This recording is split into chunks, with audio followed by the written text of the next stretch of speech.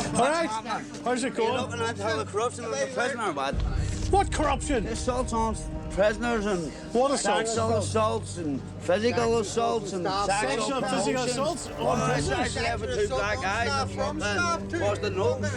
Well, that's not a sexual assault, a black eye. Stop. He said it's a PR stunt then, is it? No. Serious questions, Stephen. Why we want to talk to you? You won't talk to us. I'll come and talk to you about it, no problem. Are you on remand? Prisoner. All right, nice sounds prisoner there, Steve. He get chased, honey, talk to these That's a scary thing, that. Oh, he's good for me. He's the deterrent. Me, I think.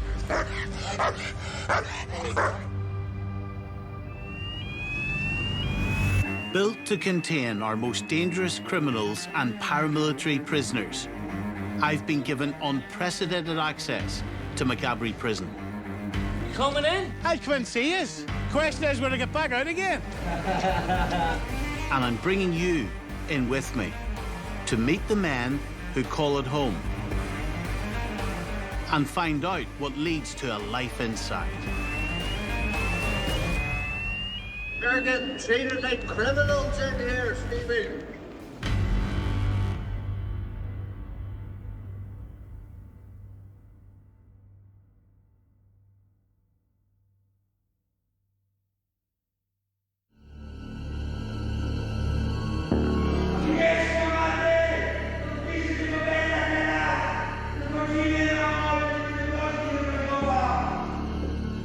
The CSU, a jail within a jail. It stands for the Care and Supervision Unit, but the prisoners call it the Block. Nobody has ever filmed inside here while it's been in use until today. The prisoners have very strong feelings about it. You shit and piss you into a bucket, right? No running water. You have to clean yourself with baby wipes. I have known people stuck in the cell 6 weeks. They also use that as torture. Torture, and I mean torture. I've been treated like a dog all my life in this jail, sexually abused in the block. I know hard men that feel like fuck and they've been sexually abused, fingered, to get drugs out of the inside of them. You only see what they want you to see. One of the warmest days in the year, to turn my water off. Refuse food, refuse serious. And that's all they do, you know. Put the door in the hatch. Got to a point where I was kicking off every single day. That's why it kept me in there for 9 months. I was attacked. He sat the food down, man, whack, whack. Hit me 2 big days there is and fucking fell, lifted me by the bottom of my trousers and threw me over his head while he fell. So I done like a barrel roll. Ken, I don't believe that. I swear now over my life, my mother, my father and my son's life, that's happened. I put a complaint out about it. 2 officers pushed the door closed and opened the flap to watch it.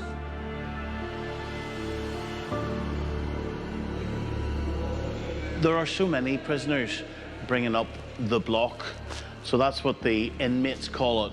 The authorities here, the prison staff here, right up to the management team, they want you to call it the Care and Supervision Unit. And it's probably the only thing I'm concerned about in here because so many prisoners are bringing it up and the authorities aren't so far letting me see it. So what is it about in there? The prisoners claim that that's where, well, they claim they get beaten up in there, but am I to believe? Familiar with the CSU. So what's it like in here for real? People going to the Block would be a big thing. The Care and Supervision Unit? The Care and Supervision Unit. I love how they portray these things as, you know, oh, that's good, no, that's good for the board of Have you been in it? Plenty of times. No, I'm only out of it. Well, they assure me they won't let me inside. What's why? Is that not red flag straight away? Well, they're telling me there are vulnerable people in it. They're telling me that they don't like it being called the Block because it's the Care and Supervision Unit. No. There's a lot of people over there and a lot of things, basically, heads get turned the other way. Tell me. Prisoners getting beat, getting sexually assaulted. Come on. See if I do not believe, right? And you've got... No. See if they think that you have something on you. What do you mean? Drugs, right?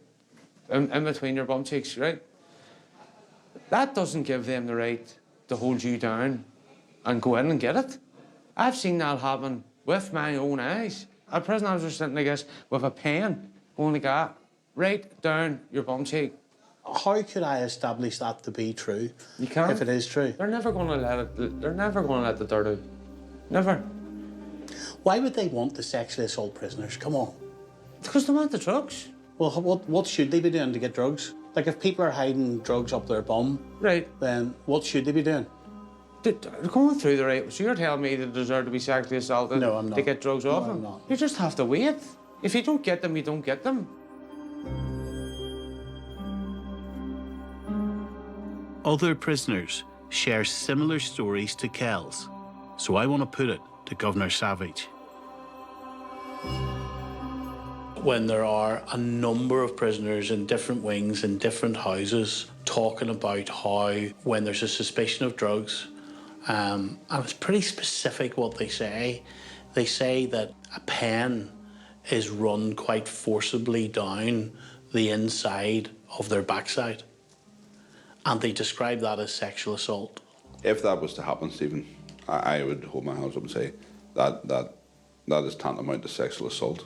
But in my full experience and my knowledge of Maghaberry prison, that is something that doesn't happen. We have a very professional, dedicated search team, and they're very good at what they do. Are they touched? There's no hands on any naked parts of the body, and that's just not what we do. So the allegations around pens being run up rear ends and so on forth is people can always make allegations, but that's a new one on me. And certainly if there was anything like that happening, prisoners in here are well within their rights to make a referral to the PSNI. Despite repeatedly asking, time after time, up till now, the Governor's been adamant we won't get to see inside the CSU. Here, mate. I'm in for murdering the cameraman. A 2022 report found that prisoners in the CSU were kept in solitary confinement against UN protocols. Finally, the Governor has agreed to bring me in. This is a complex story in itself, this building, that we didn't know if we were going to be able to get into it or not. And Governor Savage, you've decided to let us see in here, and you'd be the first to tell me this is a very complex place, right? Indeed, probably the most complex place within Maghaberry. It's a small unit. It holds about 25 prisoners, a maximum of 25 prisoners, because that's where we care for them, that's where we supervise them, probably to a greater extent than anywhere else, and that's because of the violence that they've presented that's caused them to come here. Some have presented with violence, but it's a vulnerability in them that causes that violence. So is this a punishment block? No. This is a care and It is supervision in terms of how some of the prisoners describe it so far. And absolutely, and I can understand why prisoners refer to it as a block or the chokey, because historically that's what it was. It was a punishment block. But like any prison system in Europe and the United Kingdom and Ireland, we have evolved. You know, it is now a care and supervision unit, and the level of care that my staff give to the men in here is second to none. But if you want to come with me, we'll go in. Okay. I'm a bit kind of... It's a big gulp get in here too, because I've heard so much about it.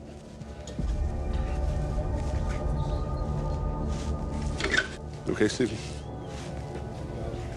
There's 20 men detained in here this morning.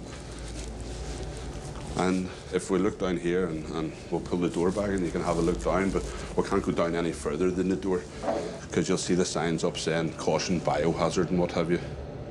The prisoners tell me they engage in dirty protests, and is that what happens here? That's correct. You know, dirty protests are synonymous with Northern Ireland, going back many, many years ago. Yeah, I've just heard so much about it, it's kind of daunting before I look at it, you know?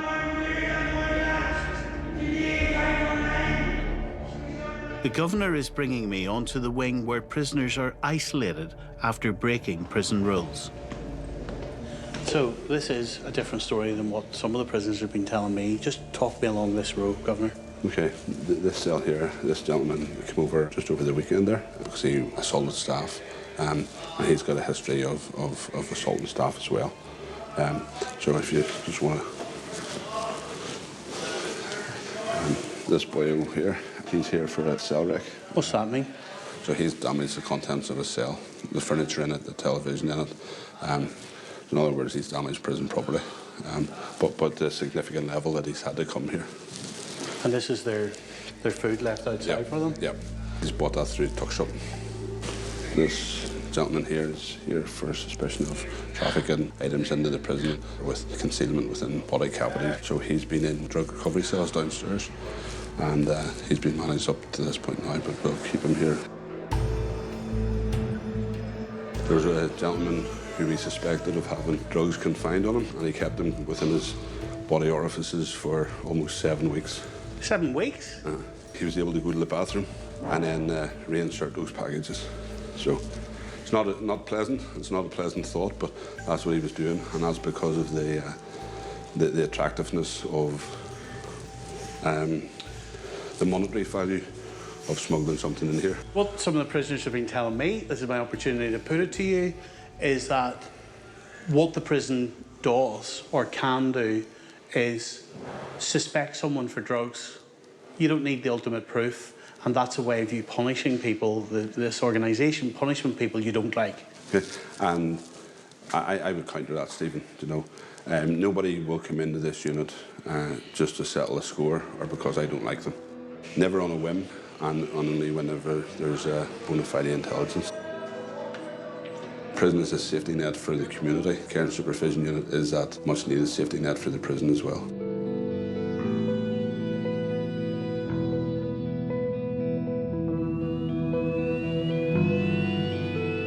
There's a very different atmosphere back here in the main prison, but there's a terrifying darkness that both the authorities and the prisoners are grappling with. Self-harm.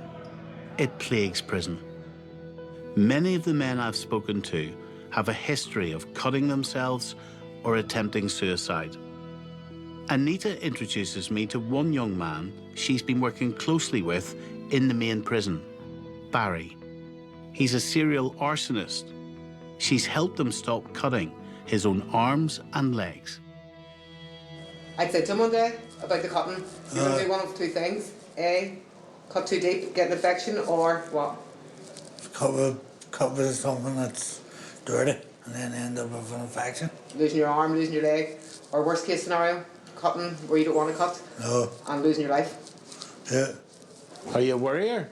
I would worry until I end up grabbing something and cutting. And why do you cut? Because I don't understand. Do you just cut your arms?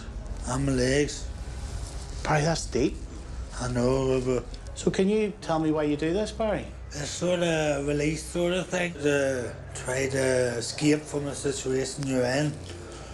So it is, but that's the reason why I would cut. But it's hurting yourself. It is hurting myself, it is, I can't argue that, like. But I haven't cut for a while now, so... And are you trying hard not to? Because I know if I do cut, I could lose, like, my enhancement or lose the trust that I have with the officers on the ring, and I'll end up going back to what happened in McGilligan, where I ended up hitting officers and all, and stuff like that. It's just not... Sure, you know they're always going to... I know they're going to win. And why do you set fire to things? Why? What's going on? Because, see, I have Asperger's, right? And it's like, see, but I fall between all the cracks of, like, the system. What was your latest crime? Put them in front of it. Arson, reckless damage property. What did you do? Hostel in South Belfast. Set fire to it. It was a shitty hostel, like, and they were checking on you every single hour, and my head went, so I was getting emotional, and I had a lighter and sort of, I set stuff in like a cupboard or like a wardrobe sort of thing, and just lit it, left, and then there was a telephone box, and I walked and said, look, I done an arson, I said, and that was basically it. So you phoned yourself in? Yes, I phoned and told that I did what I did, like. Why? Because it was the right thing to do, like, and I was feeling guilty about doing it because I just thought it would be the right thing at that point. Barry, are you not worried about hurting people when you're setting things on fire? That's a hard question to sort of ask. I just think about myself in the situation, and if that situation's bad, I need to get out of that situation. But when you're setting something on fire, Yeah. you know that you might hurt other people. There's a chance, yes.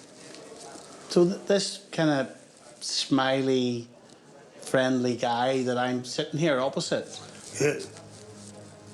how can you set things on fire and maybe hurt other people? Children, women, men. There's been times where I've heard where the smoke's got into places and all stuff like that. And you do sort of freak out and worry. You think, well, it has sort of gone a bit far this time. And When do you get out? next September.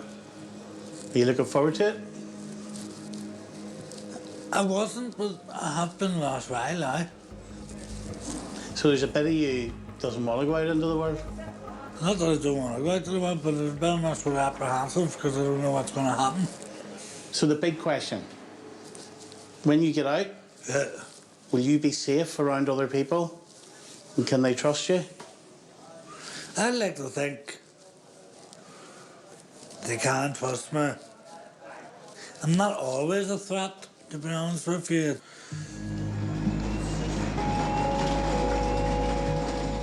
Barry's working in the prison, in the laundry room. In a twisted way, prison offers Barry more than he has on the outside. Friends, support, work. I said that. And you get paid for it? Yeah. What do you get? Tenner. Tenner a week? Tenner a week, money gets you stuff in the trunk, and that's really it. What's your favourite in the talk? I like Bourneville's. So do I. Do you? Oh, I like all chocolate. Terry chocolate orange. I like it too. That's nice thing. What's the food like? It's possible, but it's not great. Tonight we're on pork chop, I think. But the pork chop's really tough, and it's like eating a shoe, like, to be honest with you. It's like eating a shoe? But... Well, can the cook not cook? It's not a rim, it's a cook. That's why I don't really want to say things in case they hear back. They'll be like, did you say that tasted like a shoe? I'd be like, no. And then I said it was like a shoe, and then say it was a shoe. You're like me, you've a bit of beef on you. Do you ever get extra portions, or do they allow you, or what ways that work? I would get a wee bit extra. I like the fish and chips, I always get the extra fish. Do you have any kind of dreams of what you would like your life to be? I would like a job. What type of job? It's like setting stores up and all. Like like in supermarkets and all, setting up the supermarkets. Well, packing the shelves? Why do you want to do that? You get free food at the end of the day. Free food, like, it's good crack. The staff have worked with Barry, and they've helped him. He wanted me to take him for a walk around the ground so he wouldn't have to come back and do any work. All right. Barry is cared for in here, but this can also be a very scary place, no matter how hard, how dangerous, how tough you think you are. And these are so often troubled men. Taking away their freedom affects them. And that's the tightrope prison is walking, impacting them enough for society to claim justice, but being responsible for their well-being.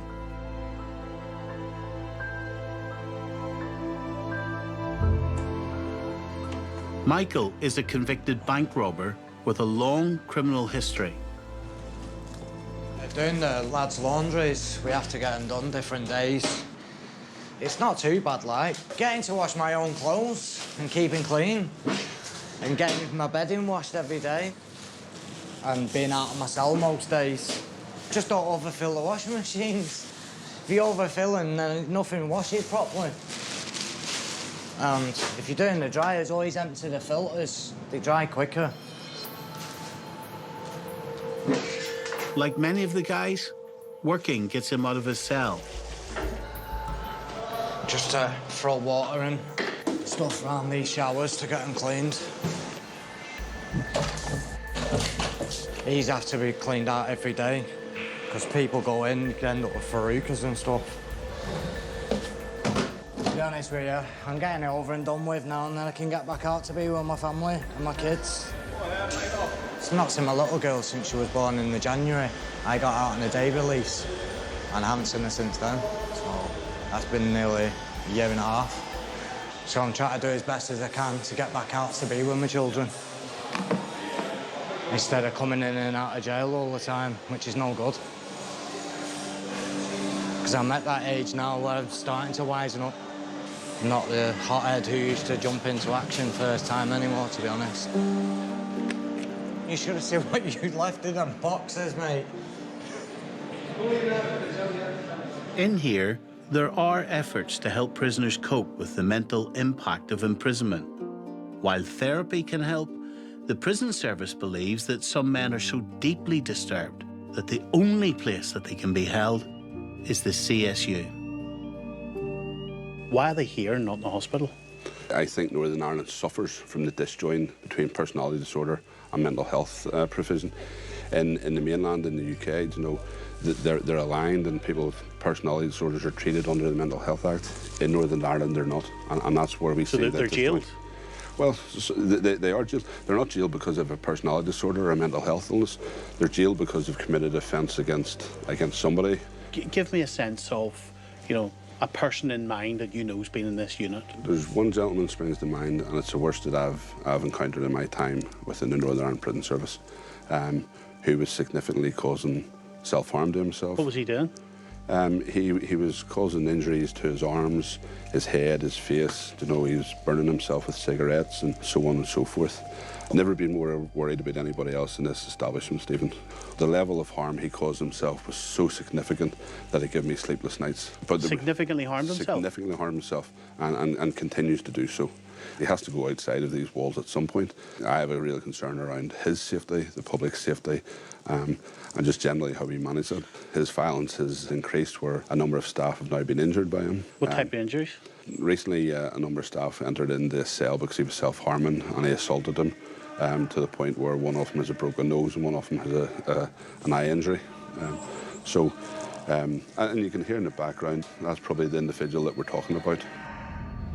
A warning. The image you're about to see is disturbing. It's of a prisoner currently in the CSU. He attempted to tear the skin off his own skull before coming inside, and he's continuing to self-harm in here. This is the reality of what the staff are dealing with. He's a human being. Should he be in a prison or a hospital? So, Stephen, this landing here that we see now, and we're not going to go down any further in this.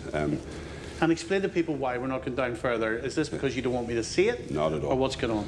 There's one person down there who's very volatile and very aggressive at the minute. The guy we were speaking about outside, Stephen. And you'll see that there's a block on the cell floor. That bar on the floor is called a Belfast door bar, and that's just a restrictive bar to stop the cell door opening wide, to ensure that staff opening the cell door are protected against a felon person wanting to come out. And the reason you've got that there is one of the staff members very recently ended up with a broken nose. That's correct. It's very rare that we would use it. In my time as governor, and it's what, 18 months coming up now, this is the first time that I've authorised the use of it on the floor. But it's absolutely necessary to protect my staff as well. And ominously, there's the shield next to it. What's that about? Over the weekend and last week, he was spreading not just his urine out through the cell door, but actually trying to throw it out and hit staff with it as well. So that's why there's a shield there, to give them that degree of protection as well. Further on down, there's two large cells, and there are drug recovery cells. They sound very fancy. Basically what they are, two large rooms.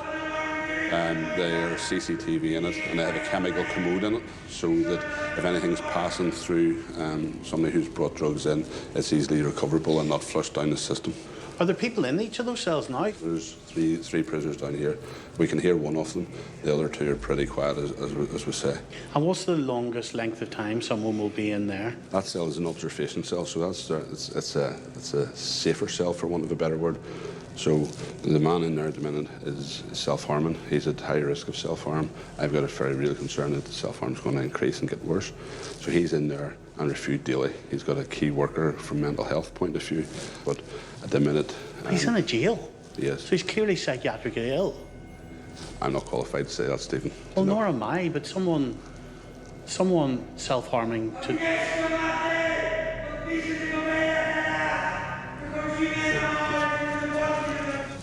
But Tilly, so someone... And I'm just moving this up, Stephen, because I don't want our presence to agitate him any further. But Governor, someone self-harming to that extent, harming others to the extent where people have broken noses and black eyes, and it's for a prison disorder, not a mental facility.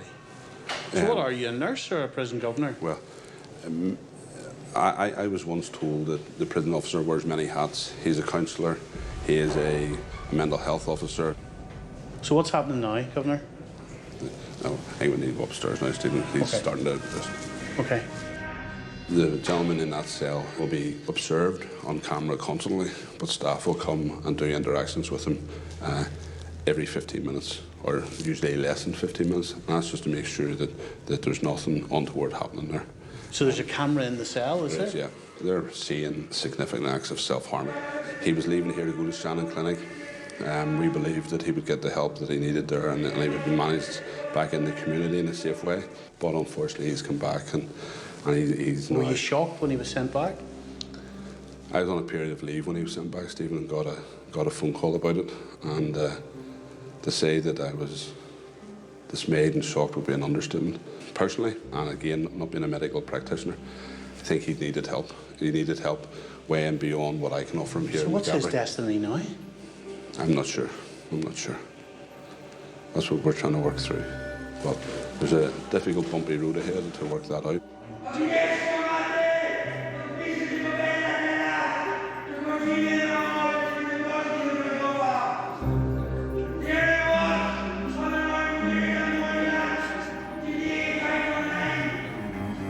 Next time. Where's the justice, Steve?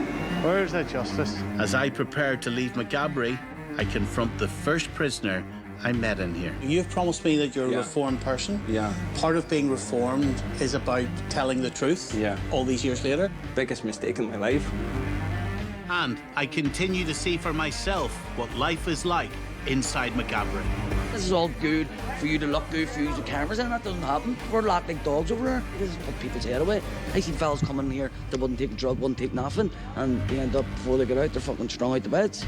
It's not a jail, it's a fucking mental institution.